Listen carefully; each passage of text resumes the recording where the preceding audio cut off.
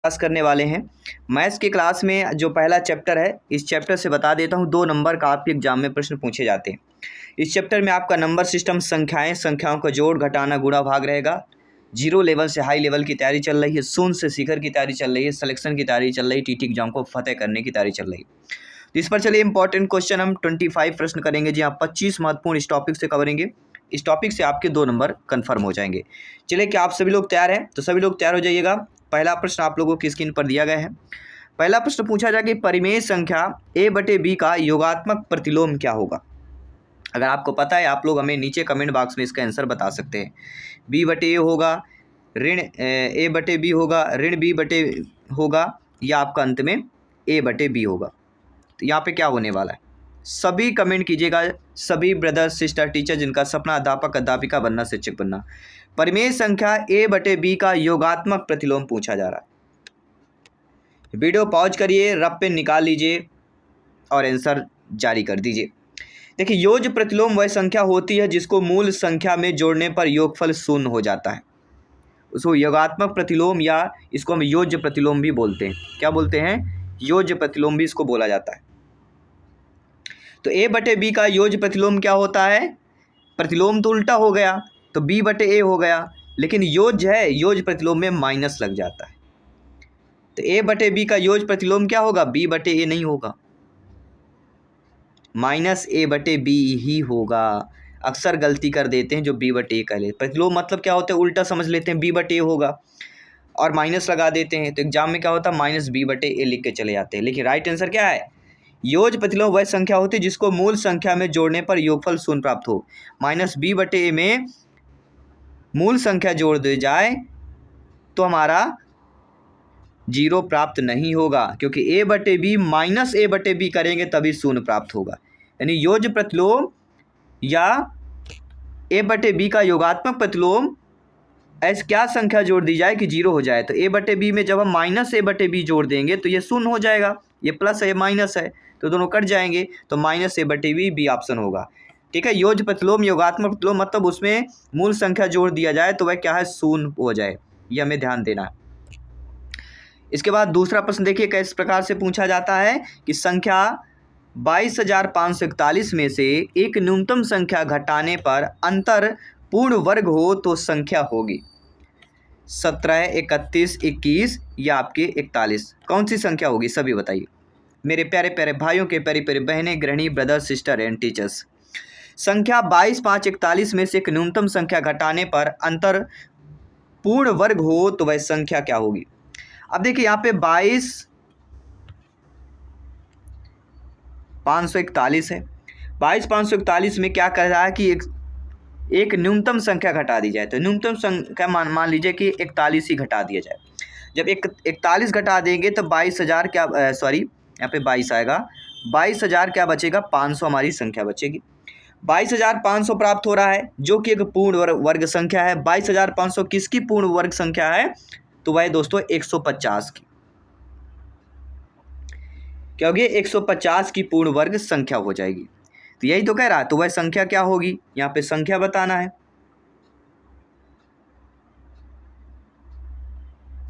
सभी लोग बताइए किसका राइट आंसर क्या होगा। न्यूनतम संख्या घटाने पर अंतर पूर्ण वर्ग हो तो वह संख्या होगी, संख्या कौन सी होगी? हर क्वेश्चन अपने आप में अव्वल है, ये ध्यान रखना है। कोई भी क्वेश्चन छूट के नहीं जाना चाहिए। और आप अभी से मेहनत कर लीजिए। और बाकी सभी क्लासेस चल रही हैं, प्लेलिस्ट हम बना दिए गए हैं, सारी क्लासेस फ्री ऑफ कॉस्ट हैं। हम टॉपर नोट्स भी आपको अवेलेबल करा रहे हैं। टॉपर नोट्स प्राप्त करने के लिए आज ही व्हाट्सएप मैसेज करिए 9630689598। टॉपर नोट्स चाहिए, इस पर व्हाट्सएप मैसेज करेंगे, आपको सारा डिटेल जो है मिल जाएगा। ठीक है, तो हमारा इसका क्या निकल के आया था आंसर, 150 निकल के आया था। ठीक है ना, राइट आंसर 150 का वर्ग आता है 22,500। 22,500 एक पूर्ण वर्ग है। यदि हम दी गई संख्या में 22,500 घटा दे तो हमें न्यूनतम संख्या प्राप्त हो जाएगी। तो 22,541 में 22,500 घटा देते हैं तो हमारी कितनी संख्या प्राप्त होती है, 41 होती है। तो वही तो कह रहा है, वह संख्या न्यूनतम घटाने पर पूर्ण वर्ग हो। हमने 41 घटाया, पूर्ण वर्ग 150 का निकल के आ गया। तो वही तो पूछा, वह संख्या क्या होगी, न्यूनतम 41 ही होगी। तो यहाँ पे जो डी ऑप्शन दिया गया है 41 41 वाला, यहाँ पे जो है आप लोगों का सही हो जाएगा। बहुत ही सिंपल साधारण से, समय लेकर पढ़िए।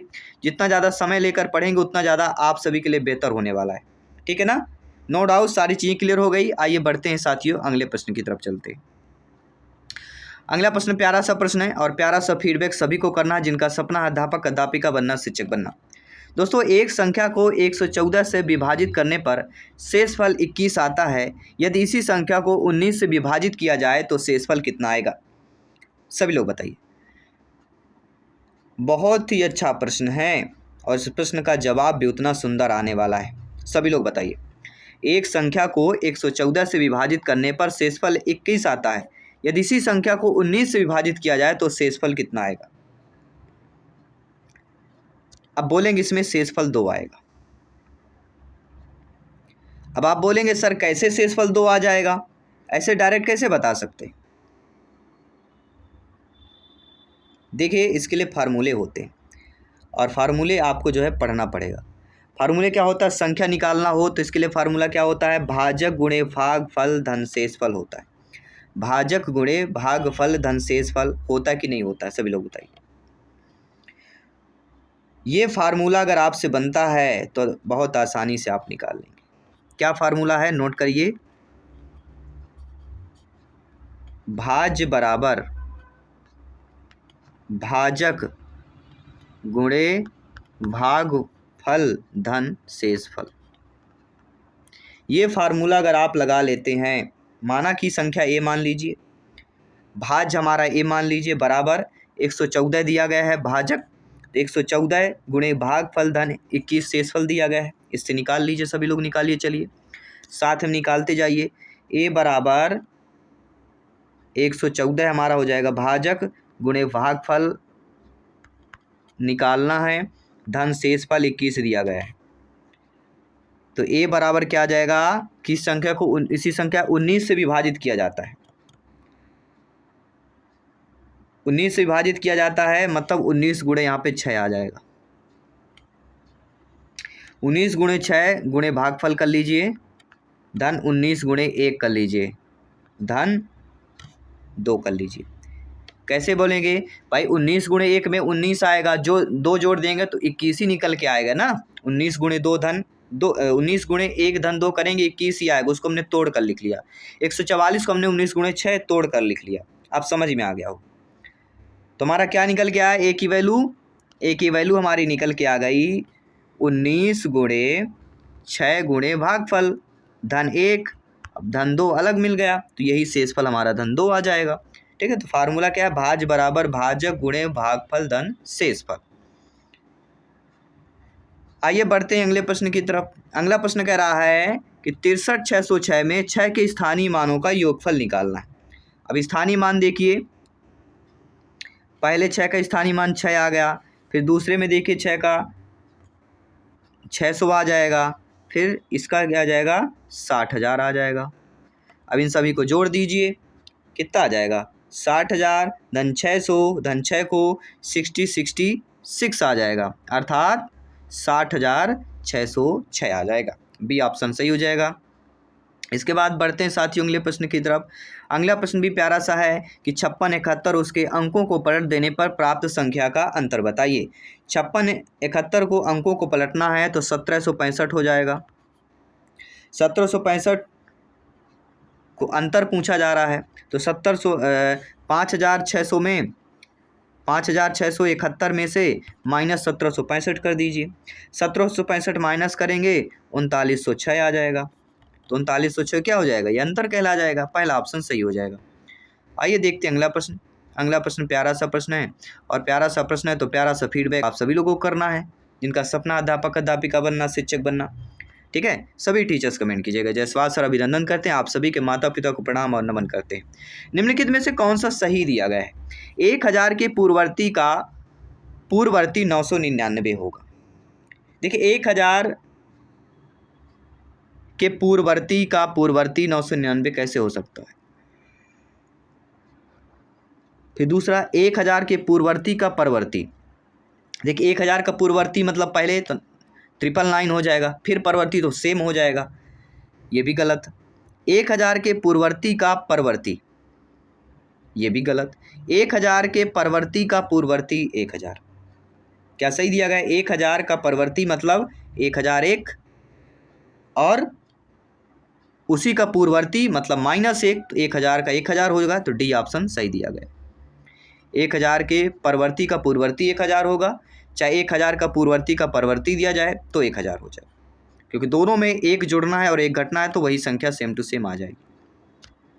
इसके बाद है, एक दुकान में 239 खिलौने हैं, 70 खिलौने और लाए गए, उनमें से 152 बिक गए, बचे हुए खिलौनों की संख्या बताइए।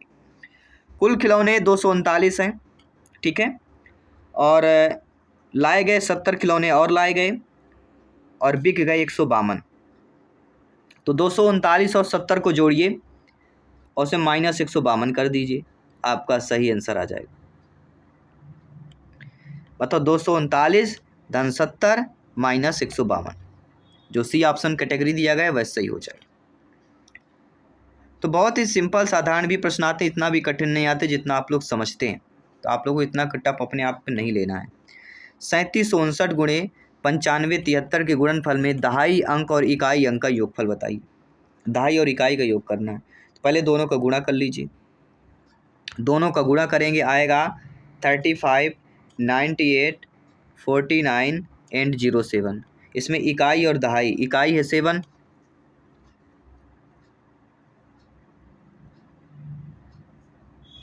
और दहाई 0 है, तो इकाई और दहाई का योगफल 7 धन 0 करेंगे तो कितना आएगा? 7 ही आएगा, 7 ही आएगा। बी ऑप्शन सही कर लेना है।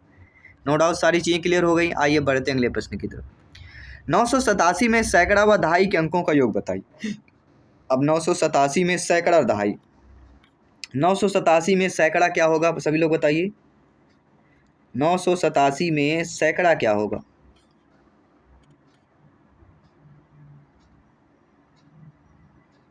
अब हम पढ़ते इकाई दहाई, सैकड़ा में 9 आता है और दहाई में 8 आता है, तो 9 धन 8 कर दीजिए। 9 8 कितना होता है? 17 होते हैं। पहला ऑप्शन सही कर दीजिए। किसी भी प्रश्न पर डाउट हो बेफिक्र आप लोग कमेंट कर सकते हैं, फीडबैक कर सकते हैं। जयसवाल सर आप सभी का अभिनंदन और स्वागत कर रहे हैं। साथियों अगला प्रश्न है 19,000 धन 19 सैकड़े धन 19 इकाइयाँ किसके बराबर होंगी? 19,000 को हम क्या लिखेंगे? 19,000 में 3 जीरो होते हैं। 19 सैकड़ा का मतलब क्या होता है? 19 सैकड़ा का मतलब 2 जीरो होता है।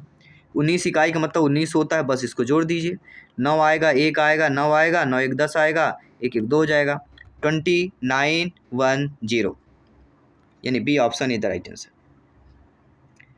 20,919। किसी भी प्रश्न पर डाउट हो बिल्कुल कमेंट करते रहिएगा, फीडबैक करते रहिएगा। आइए देखते हैं अगला प्रश्न।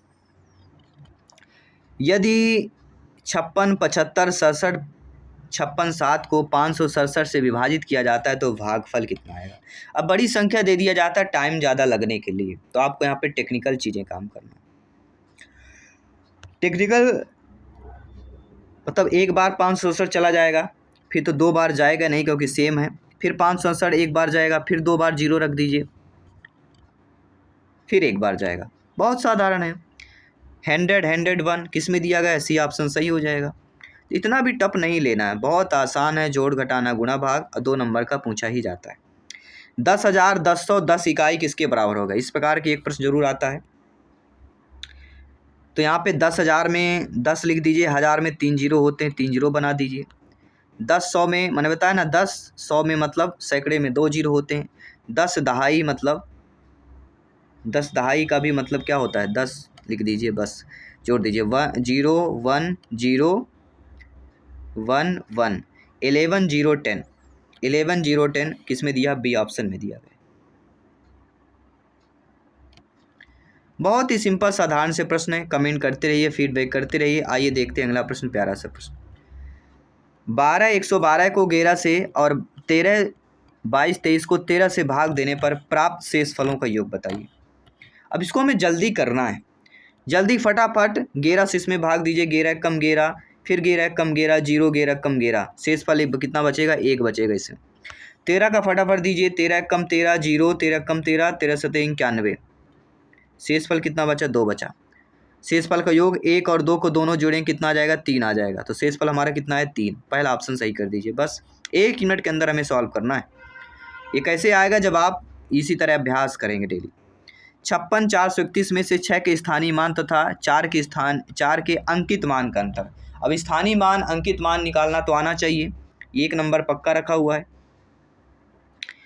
तो यहाँ पे 6 के स्थानीय मान मतलब 6 लिख दीजिए और इसके बाद कितनी संख्या है, 3 संख्या है, तो 3 जीरो लगा दीजिए। 6 का स्थानीय मान आ गया 6000। अब अंकित मान निकालना है, तो 4 का अंकित मान 4 ही होता है और इनको अंतर पूछा गया, तो 6000 में 4 को माइनस करेंगे तो 5996 आ जाएगा।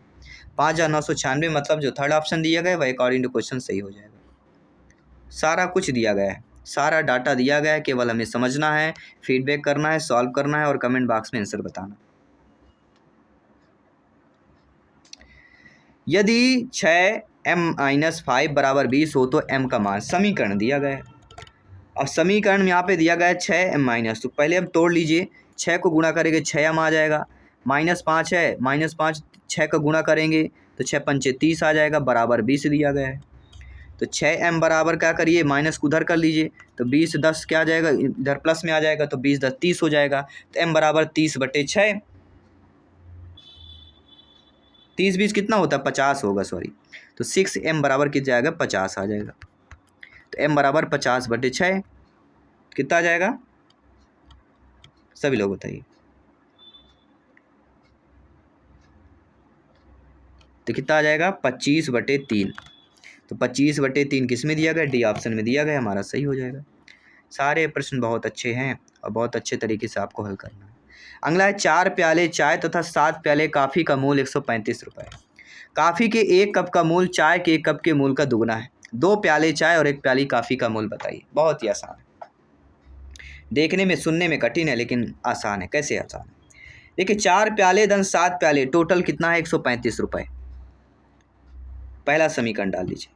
काफ़ी के 1 कप का मूल 2 प्याले में 1 चाय मतलब 2x कर लीजिए, और चाय का 1 कप का मूल x मान लीजिए। ठीक है, इतना मान लिया। टोटल अब निकालिए।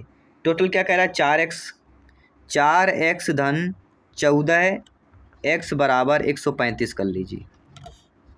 क्योंकि 2 प्याले काफ़ी का मूल डबल है तो 7 दूनी 14x हम कर लेंगे, क्योंकि 2 का गुणा करना है, और 4x हो जाएगा। 4 प्याले का 4x, 7 प्याले का 2x है तो 7 दूनी 14x हो जाएगा, बराबर 135 हो जाएगा। ये हमारा समीकरण बन गया। 14x और 4x को जोड़ेंगे 18x आ जाएगा, यानी 18x बराबर 135 हो जाएगा। 18x बराबर 135 क्यों हो जाएगा, तो x बराबर 135/18 कर लीजिए, यानी 7.5 आएगा। 7.5 आ गया x की वैल्यू, यानी आपका क्या, चाय के निकल गया। और यहाँ पे काफ़ी का मूल पूछा जा रहा है, 2 प्याले चाय और 1 काफ़ी का मूल। तो काफ़ी का मूल 7.5 गुणे 2 करेंगे, यानी 15 आ गया काफ़ी का मूल, और चाय का ऑलरेडी 7.5 है। तो 2 प्याले का मतलब होता है 7.5 धन 7.5, और 1 कप का मतलब होता है 15। तो 15 टोटल कितना आ गया, 7.5 7.5 15 हो गए, ये 15 भी हो गया, टोटल हमारा 30 हो जाएगा। थर्ड वाला ऑप्शन सही हो जाएगा, नो डाउट। आइए देखते हैं साथियों अगले प्रश्न की। अगला प्रश्न भी बहुत ही आसान है। अगला प्रश्न कह रहा है a गुणे b बराबर 2 गुणे a प्लस b हो तो 2 गुणे 3 गुणे 4 की वैल्यू निकालिए। a स्टार b की वैल्यू 2 गुणे a धन b है, 3 गुणे 4 की वैल्यू यहाँ पे निकालना है। तो 3 गुणे 4 की वैल्यू क्या आ जाएगी हमारी, 2 गुणे 3 धन 4 बराबर 14 है,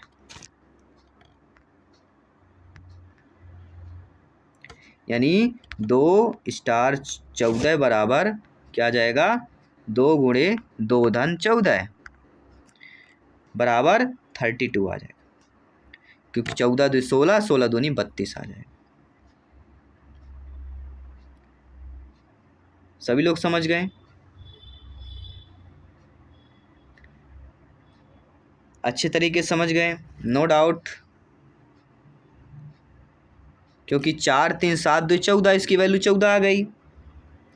अब 2 गुणे 14 की वैल्यू निकाल लेते हैं, तो 2 2 14 कर लेना है तो 32 आ जाएगा। एक बार और समझा देते हैं। देखिए ए स्टार बी की वैल्यू 2 गुणे ए धन बी दी गई है। अब हम निकालना 3 स्टार, तो 3 स्टार 4 की वैल्यू निकालना है, इसके लिए 2 का गुणा करना पड़ेगा इसमें, तो 2 गुणे 3 धन 4 कर लेंगे, क्योंकि 3 धन 4 की वैल्यू निकालना। 2 गुणे 3 धन 4 करेंगे तो कितना आ जाएगा, बराबर 4 3 7 दूनी 14 आ जाएगा। आ गया ना। अब 2 गुणे 14 की वैल्यू निकाल लीजिए, तो वही 2 गुणे 2 धन यहाँ 14 हो जाएगा, तो 14 दूनी 28, 2 30 आ जाएगा। ठीक है, 14 2 16, 16 दूनी 32 आएगा टोटल। तो 30 जो दिया गया वह डी ऑप्शन सही हो जाएगा। सभी लोग समझ गए? आइए बढ़ते हैं अगले प्रश्न की तरफ। 7 के सभी स्थानीय मानों का योगफल निम्नलिखित संख्या से ज्ञात करिए। 62 71, 67 21 और 76 21। पर देखिए 62 67 में इसमें 7 का स्थानीय मान कितना आएगा, 70 आएगा। इसमें 7 का स्थानीय मान आ जाएगा 700 और इसमें 7 का स्थानीय मान आएगा 7000। तो 7770 इसमें दिया गया है, 7770 डी ऑप्शन वाला यहाँ पे सही हो जाएगा। इसके साथ बढ़ते अगले प्रश्न की तरफ। 43 90 3 में 9 का स्थानीय मान एवं 23 0 60 में से 6 के जाति मान का अंतर ज्ञात कीजिए। लेकिन इसमें 9 का स्थानीय मान कितना हो जाएगा, 900, और जाति मान कितना होता है, जाति मान स्वयं होता है। 900 में से 6 को हमें क्या अंतर बताना, अंतर मतलब होगा घटाना, तो 9 में से 6 का घटा देंगे तो 894। जाति मान सेम वही हो जाता है, और स्थानीय मान उस अंक के बाद जितने अंक होते हैं उसके बाद 0 लगा दिया जाता है। फिर अगला कह रहा कि 13 की अनुवर्ती प्राकृतिक संख्या बताइए। तो 13 का अनुवर्ती क्या होता है, 13 का अनुवर्ती प्राकृत संख्या मतलब 13 + 1 = 14। अनुवर्ती मतलब एक जोड़ देना। ठीक है, सभी लोग समझ गए? अब देखिएगा a + b गुणे a - b का मान बताइए। तो ये फार्मूला आपने पढ़ा होगा, a² - b² बराबर होता है a - b into a + b। ये फार्मूला आपने पढ़ा होगा, वही तो फार्मूला है। तो a² - b² फार्मूला सीधे हो जाएगा। हालांकि इतना आसान पूछा नहीं जाता, लेकिन कभी कभी माइनस प्लस के पूछ लिया जाता है। परिमेय संख्या -4/9 से छोटी परिमेय संख्या बताइए। तो -4/9 में से इनमें से कौन सी छोटी होगी। तो विकल्प पहला देखिए 4/9। 4/9 को अगर हम सॉल्व करते हैं तो 0.44 वैल्यू आती है। दूसरे को -7/9 दिया गया है, अगर हम इसको सॉल्व करते हैं तो 7/9 में क्या आ जाएगा, -0.77 आएगा। -1/9 को हल करते हैं तो -0.11 आता है। वहीं 0.2/9 को हल करते हैं तो 0.0222 आता है। तो यहाँ पे विकल्प हमारा -7/9 होगा, जो छोटी परिमेय संख्या होगी। तो बी ऑप्शन जो दिया गया है अकॉर्डिंग टू क्वेश्चन सही हो जाएगा। अगला जो प्रश्न है कि 83 65 में 3 का स्थानीय मान। तो 3 का स्थानीय मान पूछा है, तो 3 के बाद दो संख्या है तो 2 0 लगा दीजिए, पहला ऑप्शन सही होगा। स्थानीय मान, जाति मान, इनका गुणा करिए, इनका घटाइए, इनका दुगुना करिए, तिगुना करिए, ऐसे प्रकार से प्रश्न पूछ लिया जाएगा। भाई मॉडरेट करेगा तो ये पूछेगा, तो इसका दुगुना कर दीजिए, इसको तिगुना कर दीजिए, इसमें डिवाइड कर दीजिए, इसमें भाग कर दीजिए, इसमें गुणा कर दीजिए, ऐसे पूछा जाएगा। अगला पूर्ण संख्याओं में योग का तत्समक अवयव क्या होता है। पूर्ण संख्याओं के योग में तत्समक अवयव हमेशा 0 होता है, ये अपने दिमाग में बैठा लेना है। पूर्ण संख्या जैसे 0 1 2 3 4 ये अनंत तक होती है, और इनका तत्समक अवयव 0 ही होता है, ये हमें दिमाग में बैठा लेना है। और ये अगला प्रश्न है कि x² - 2xy + 9y² और x² + 2xy - 8y² का योगफल क्या होगा। अब देखिए यहाँ पे x² - 2xy + 9y², x² + 2xy - 8y²। 2xy से 2xy जोड़ दीजिए, तो यहाँ पे 2x² और क्या बचेगा, 2x² एंड प्लस y² बचेगा। तो 2x² + y² किस में दिया गया, डी ऑप्शन सही हो जाएगा। चलिए एक क्वेश्चन हम आप सभी के लिए मॉक क्वेश्चन दे रहे हैं, इसका आंसर आपको सभी को कमेंट बॉक्स में बताना है। क्या आप बता सकते हैं, सभी लोग बताइए। इसका आंसर सभी लोग कमेंट करके बताइएगा कि 1 सैकड़े में कितनी दहाइयाँ होती हैं। 1 100 10 ये 100, सभी लोग कमेंट करके बताइएगा। एक और क्वेश्चन दे रहे हैं, इसका भी आंसर कमेंट करके बताइए। शून्य को किसी संख्या से भाग देने पर भागफल कितना आता है। शून्य को अगर हम किसी संख्या से भाग देते हैं तो उसका भागफल कितना आता है ये बताना। ठीक है, सभी लोग कमेंट करिएगा। बाकी सभी क्लासेस चल रही, प्रैक्टिस सेट चल रहे हैं, प्रिपरेशन को मजबूत कीजिए, तैयारी बेहतरीन कीजिए। मिलता हूँ इंग्लिश सेशन क्लास पे। सभी मित्रों को जय हिंद, वंदे मातरम, धन्यवाद सभी का।